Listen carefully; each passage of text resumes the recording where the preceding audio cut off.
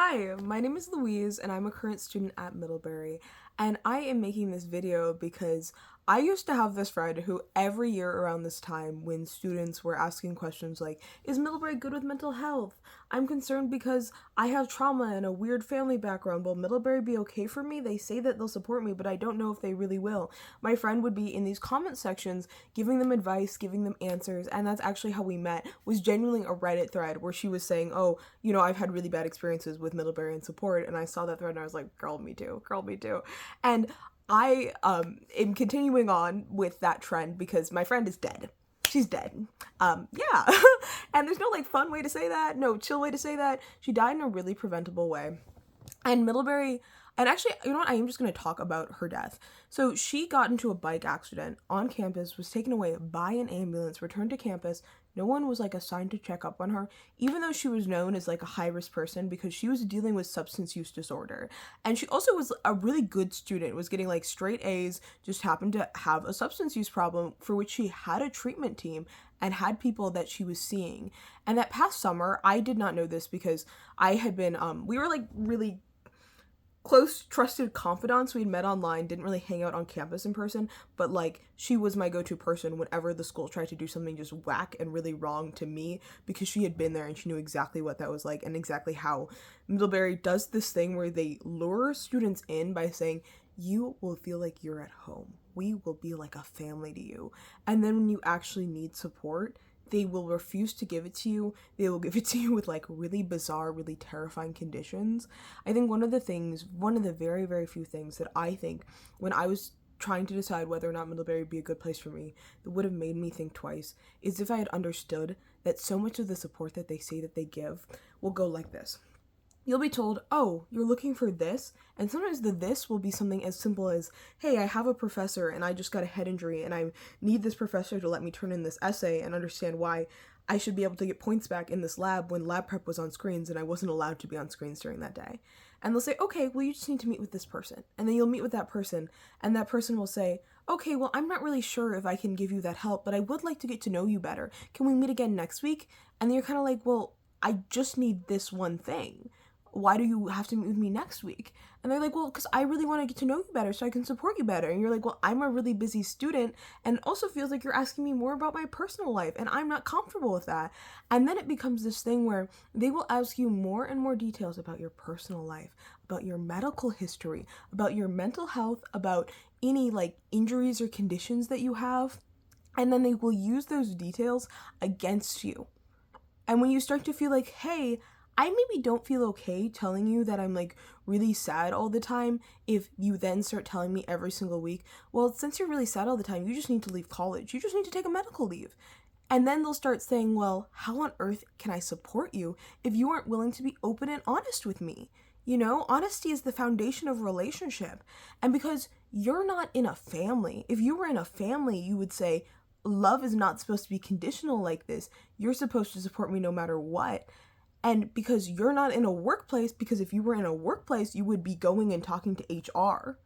You don't have any options. You are trapped. And you are trapped in a system where every single thing that you say, even to people who say, oh, we care about you, we just want to really help you feel at home at Middlebury, can and will be used against you in ways that sometimes, there are so many laws that apparently are supposed to stop things like this from happening. And Middlebury just does not care. They do not care. And if I had understood that part of it, I think I would have felt differently. Because so much of what I was dealing with when I was trying to figure out if I was going to Vermont or not was just a lot of endless, oh, well, Vermont is racist. Oh, well, Middlebury's elitist. And yes, these things are just true. If you think they aren't, have fun. But I had heard that just so many times that I just started blocking it all out, tuning it all out, and also started thinking that I was somehow different. And I think that's another thing that's really important to think about in the context of deciding to go to a school. And there's another way that Middlebury will, I made a list because I was getting distracted. Yeah, but now we have a list. Oh, right. Oh, but also I needed to throw this out there because I don't think, oh my gosh, fruit fly. Maybe we're not going to talk about fruit flies. If I get started on another topic, I will continue on that other topic. It is, late at night and I am very sleep deprived.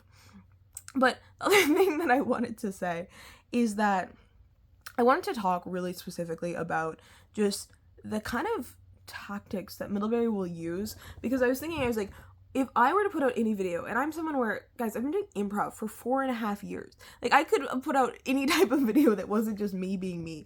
I could have been like, hi guys, I'm really excited to tell you all of my favorite things about Middlebury College. A lot of students have had questions about whether or not there's adequate support at Middlebury, and I want to say, in my personal experience, that really depends on the situation. Like, I could have done anything. But anyways, I want to talk about the tactics that Middlebury will use, because when I was like, what would have gotten to me? What would have gotten to the little version of me that was sitting scrolling through YouTube with, like, my heart just filled with this glow of, oh my gosh, the school that is, like, the place for languages wants me. And I'm like a language nerd. I don't think I've talked about languages or extracurriculars on this. But before I talk about this, just to give, like, a little bit of a ethos as to why you should trust me and believe me, I've done a lot of things at Middlebury, and I also just am not, like, on anyone's radar in a bad way. I don't know how to say that. I mean, I guess I am, because Middlebury started just denying me reasonable accommodations for disability, and these were just ridiculous, silly little things, such as, you have a dust allergy. No, you can't leave your carpeted room. And I was like, my room is the only one that has carpet on this entire floor. Like, why would you put the person with a dust allergy in the room with a carpet, not clean said carpet, and then tell her she's not allowed to clean it and blame it on the pandemic? Like, how is that okay?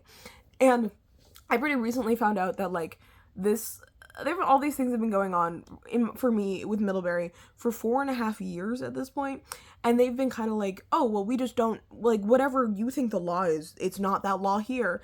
And I've very recently found out that apparently the law, like, the version of my law that existed in my head and that existed in the head of, like, lawyers who, you know, litigate in these areas, was in fact supposed to be existing in Middlebury. So Middlebury has essentially for 4.5 years been telling me, like, we don't have to follow laws about disabled students.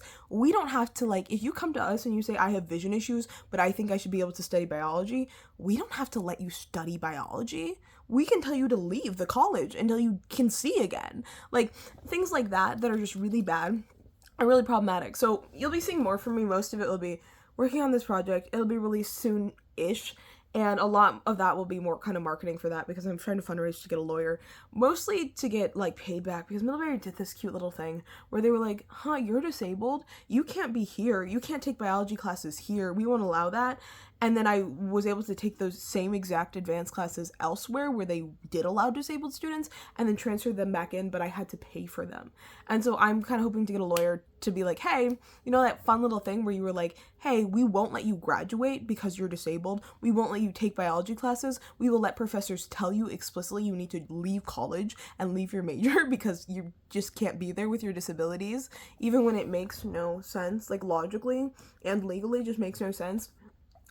Trying to get them to, you know, compensate me for that, at the very least pay for the classes that they made me take elsewhere, and also trying to get them to, like, make Middlebury have to agree to train professors on what the actual law is, so that other students are less likely to go through the same thing, and so that when other students inevitably do go through the same thing, because trainings sometimes are just completely useless, that people in Vermont and people at Middlebury believe them because they'll have heard my story. And I'm someone who I don't know, my self-esteem kind of a questionable thing, but I'm someone who a lot of people at Middlebury and people who have recently graduated generally like and see as, you know, a trustworthy source. Or sometimes they think I'm annoying, but that's fine. Like, you're welcome to think I'm annoying or think that I talk too much, but I'm just not someone where, like, when I speak, people believe me, which is really, really nice.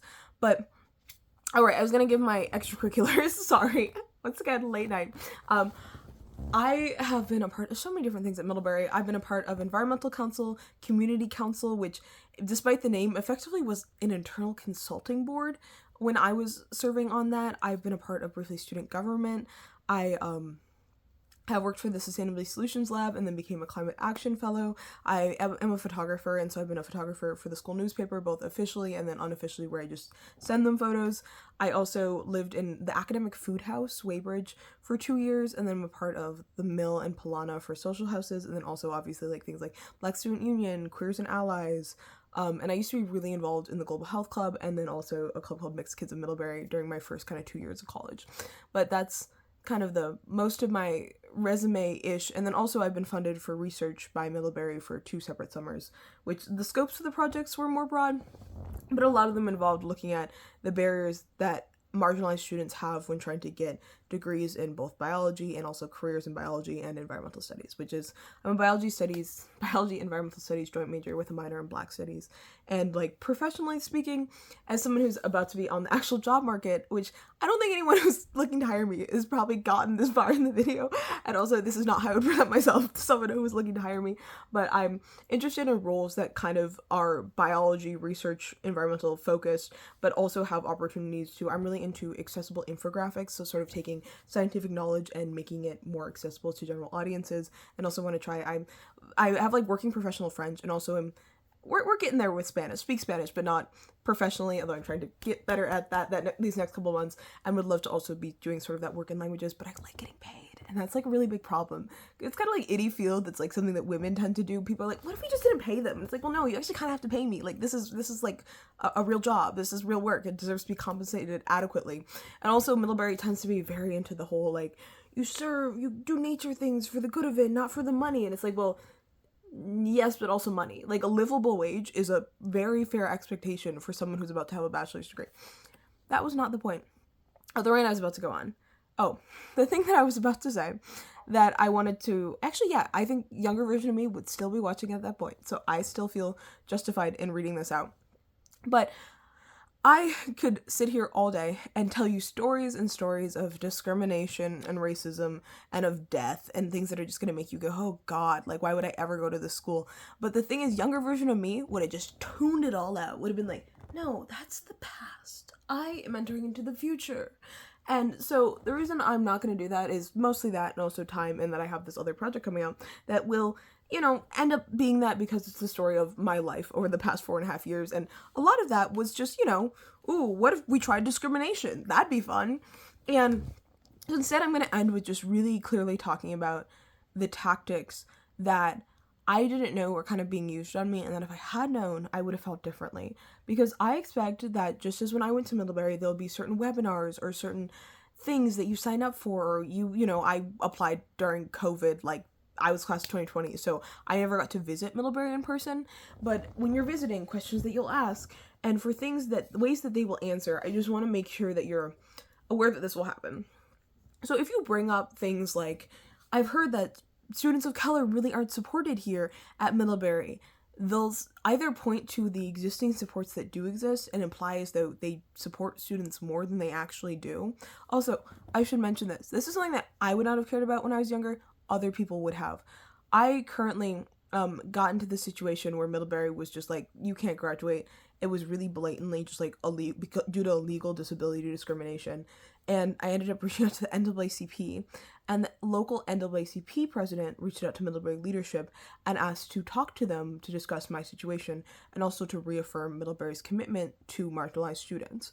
And my situation, very specific, very niche, had to give a lot of details to explain why this was such a serious issue, and that's why she ended up reaching out.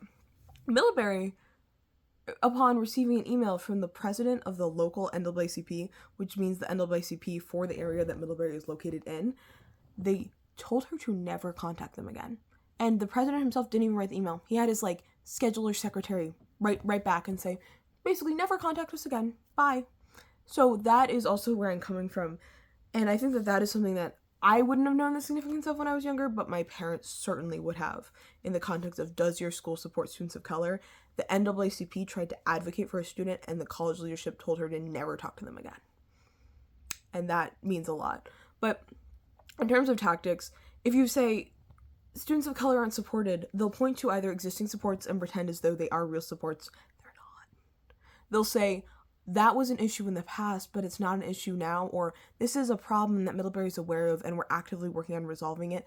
They're not. They're most likely working on a way to just put out better wording, pretending like they resolved it, all while just ignoring every single student who is actively screaming, hey, this is a giant problem, hey, this is a giant problem. And also, they will do the thing that, and some of this is the thing that's hard, is a lot of the things that Middlebury used on me some of them are just really horrific, blatant lies, and some of them are just general good PR tactics, such as if you have a problem and someone says, hey, this is a problem, you say, well, it's not that big of a problem, and you also say, well, this is a problem for some people, but it's not a problem for everyone. Like, and I just want you to know that the scary thing about going to Middlebury is that you have the opportunity to be anyone or everyone.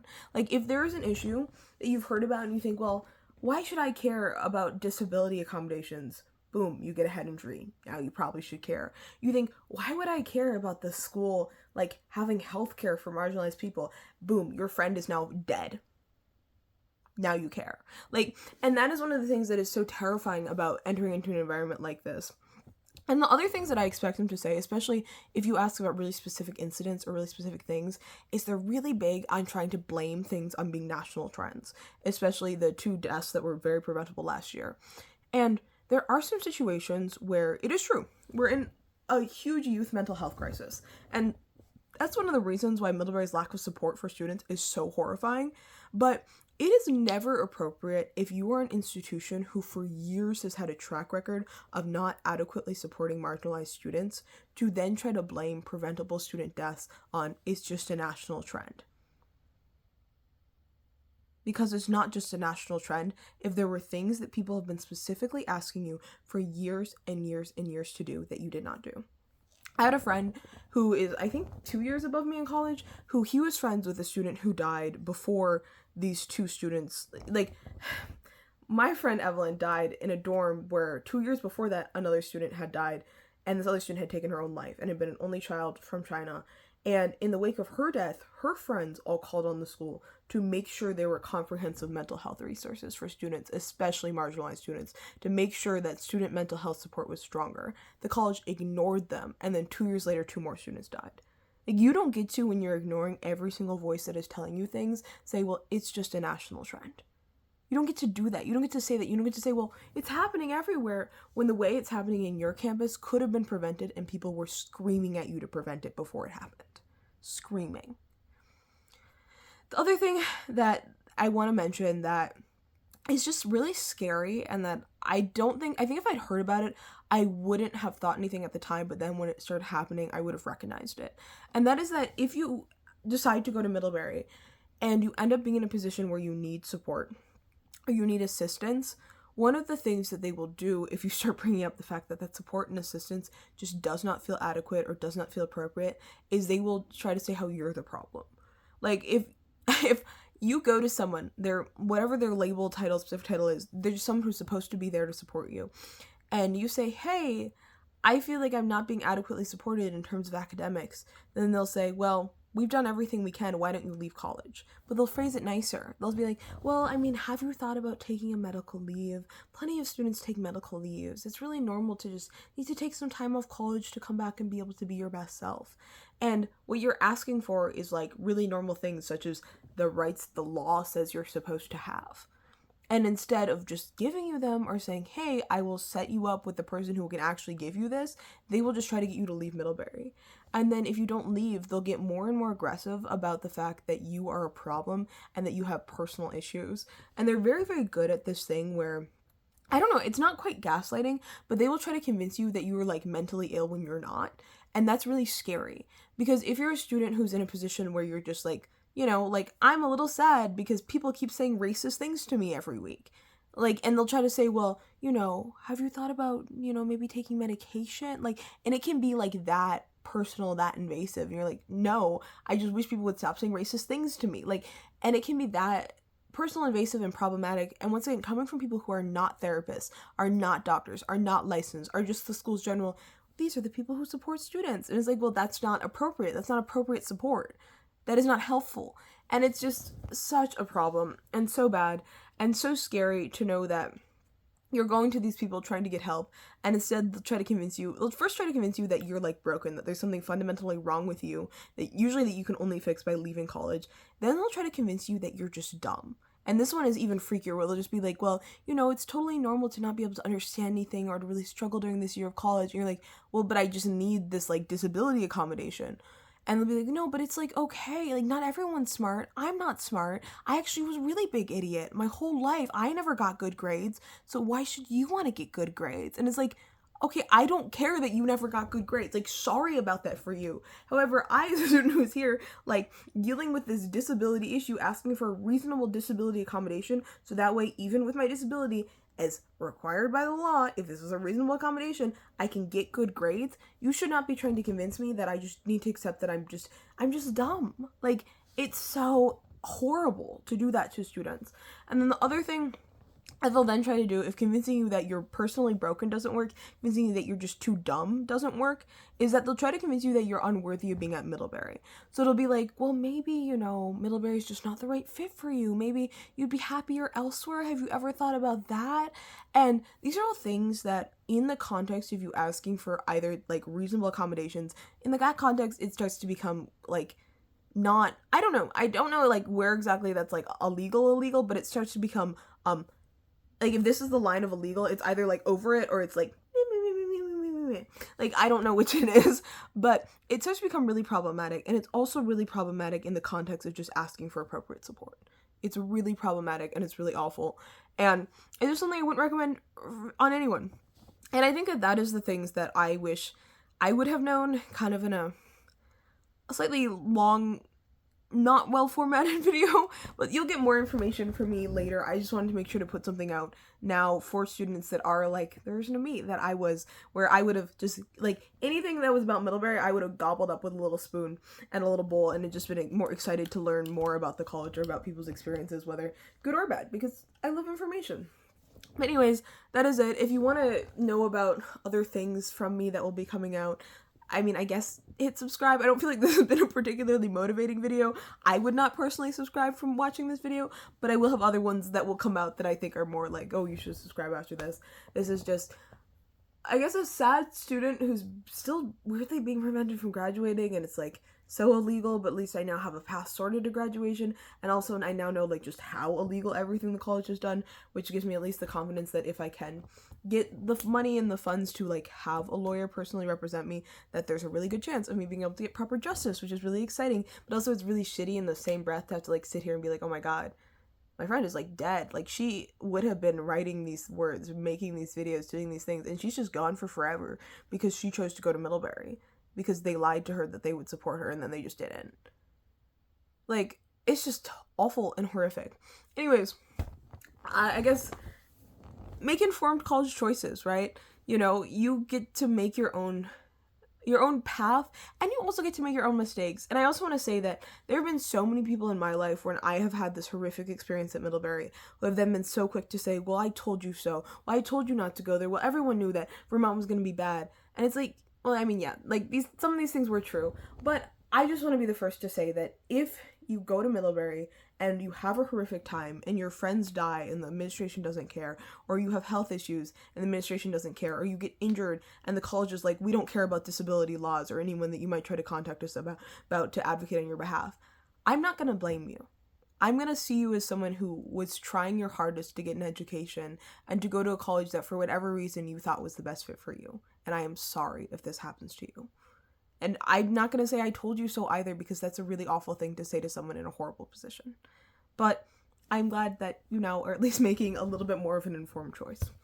Anyways, if you have any questions, feel free to ask me them. I can't guarantee that I'll respond. I have like 90 million things on my plate currently, and also I might have a job interview, which would be really nice.